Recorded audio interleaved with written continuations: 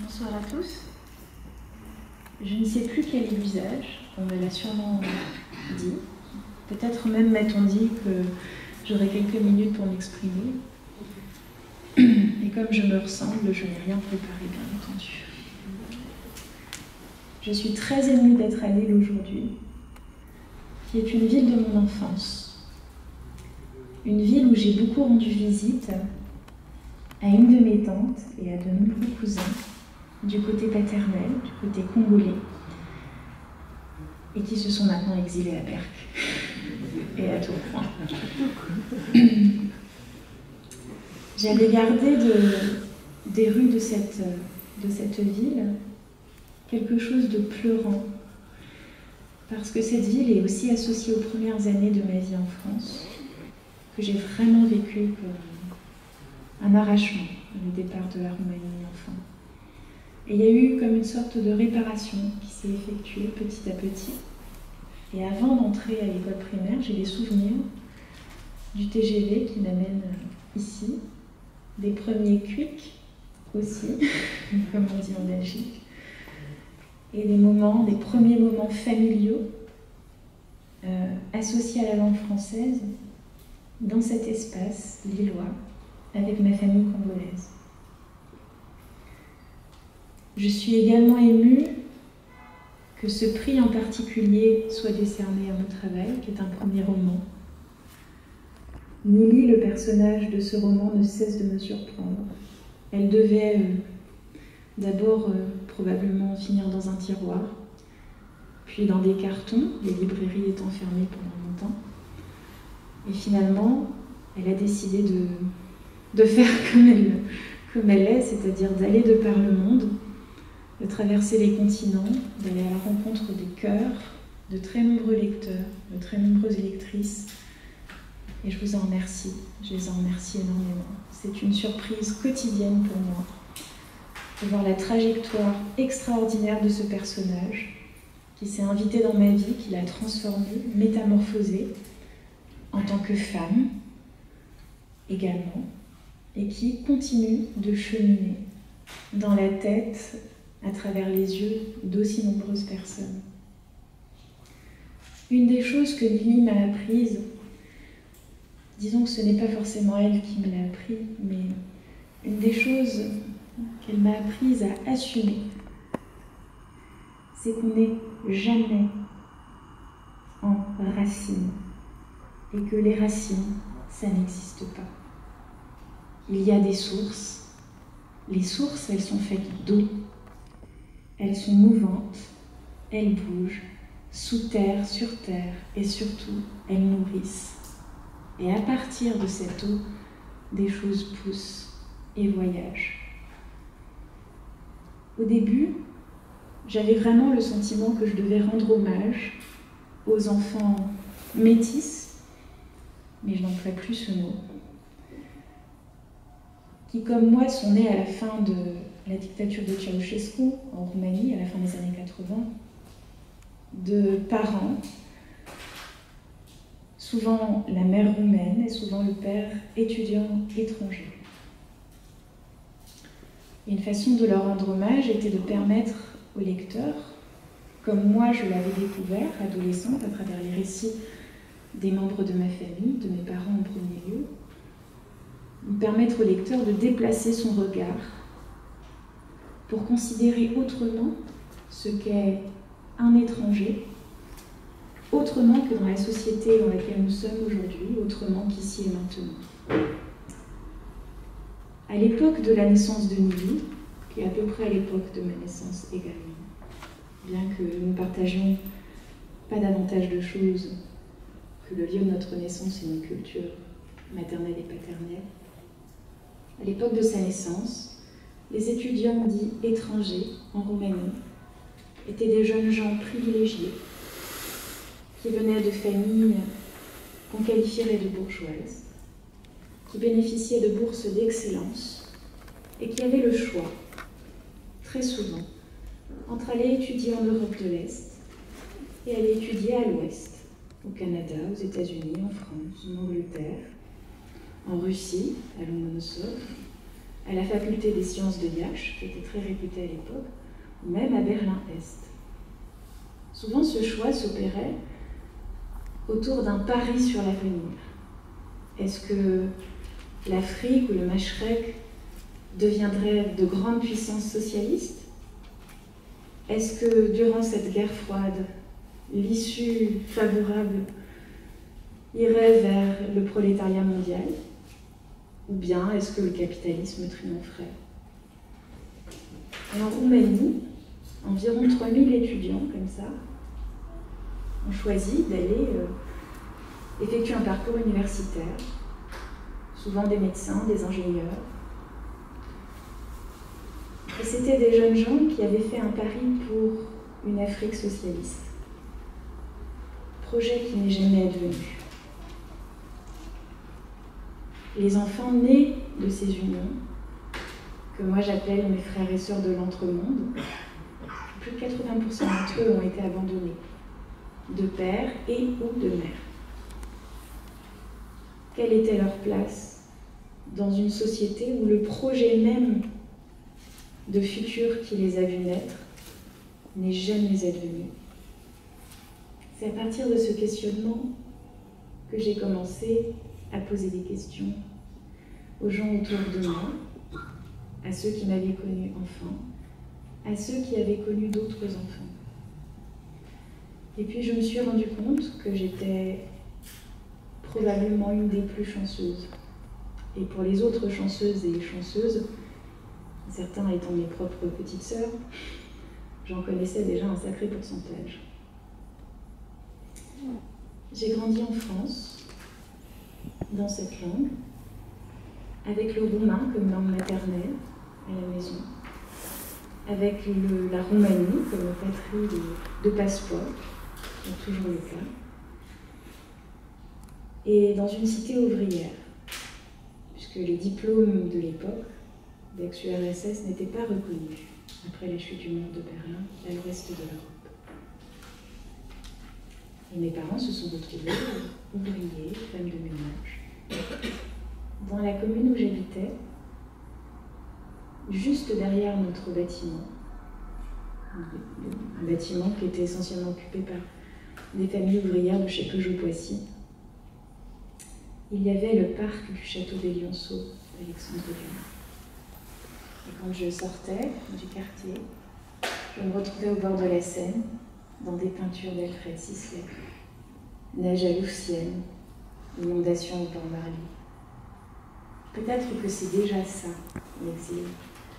Être entre plusieurs mondes, parce que socialement, on est entre plusieurs mondes. Indépendamment du fait d'être culturellement entre plusieurs langues. Je pense qu'on peut être expatrié, exilé, ou porter cet ailleurs, qui que l'on soit et d'où que l'on vienne. Ce n'est pas une condition propre à celui qui est désigné comme étranger et que l'on doit bouger.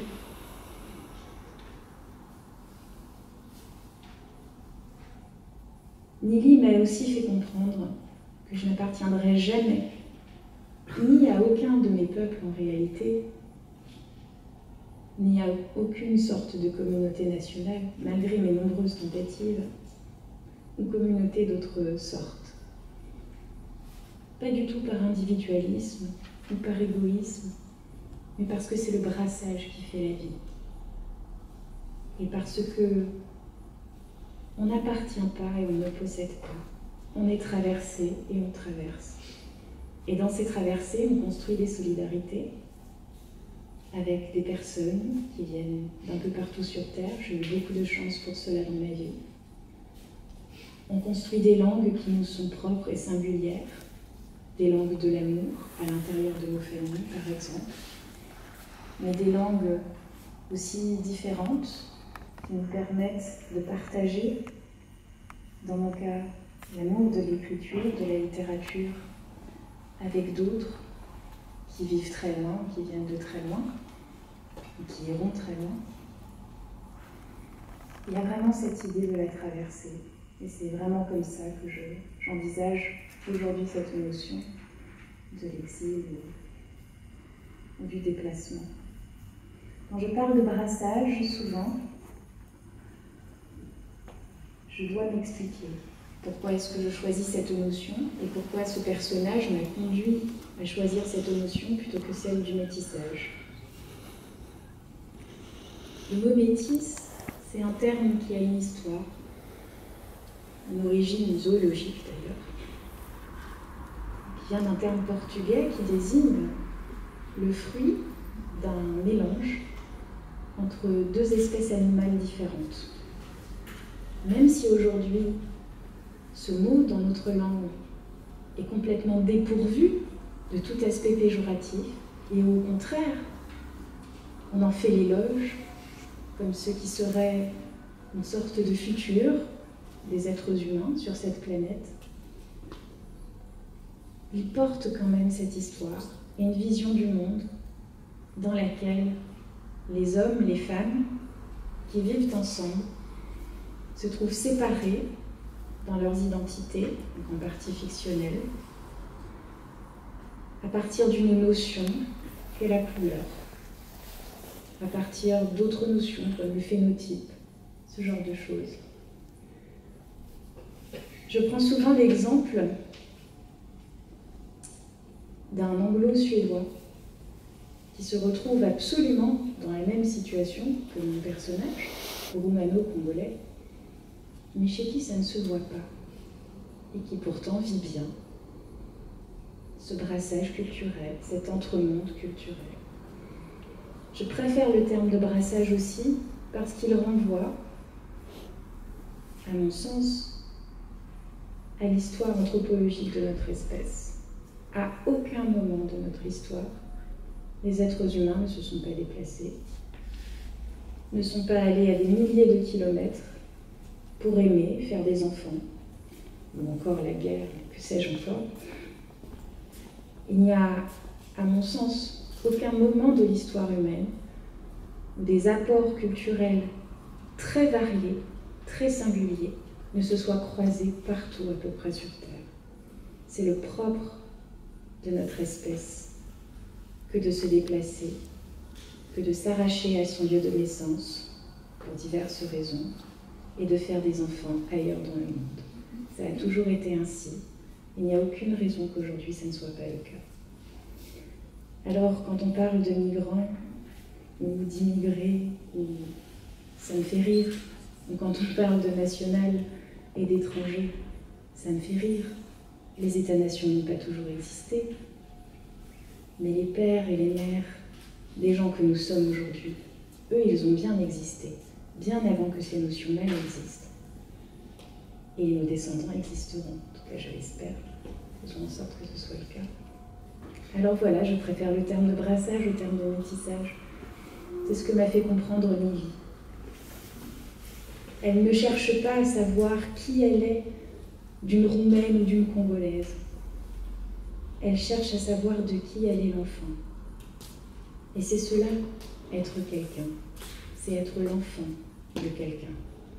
Peu importe la zone culturelle d'où l'on vient, la langue que l'on parle, les différentes traditions, coutumes que l'on porte, l'identité qu'elle cherche, Nili, celle par laquelle elle va se compléter, devenir une femme, devenir une mère, apprendre à aimer, entrer dans la lutte politique, apprendre à faire un deuil, l'identité qu'elle cherche, en cherchant son père, en allant au Congo, c'est d'abord de savoir de qui suis-je l'enfant.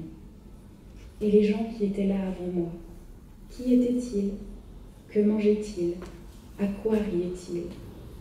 À quoi ressemblait leur visage? Ce personnage m'a obligée à réfléchir à toutes ces questions d'identité. J'avais un petit peu étudié déjà dans mes études de philosophie et j'ai été obligée de la suivre. Elle m'a convaincue. J'ai essayé de lui faire plein de choses et elle a refusé. C'est les personnages, ce qu'on essaye, ça ne sert à rien. Il faut simplement les écouter. Ils cherchent à travers l'auteur à exister d'une certaine façon. Et je pense qu'il faut l'écouter.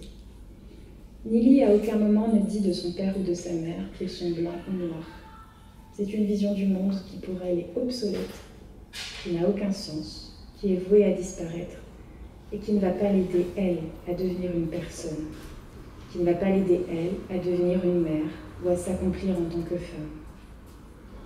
En revanche, de reconnaître son visage dans celui de la personne qui a donné naissance à son propre père, ça lui permet de s'épanouir.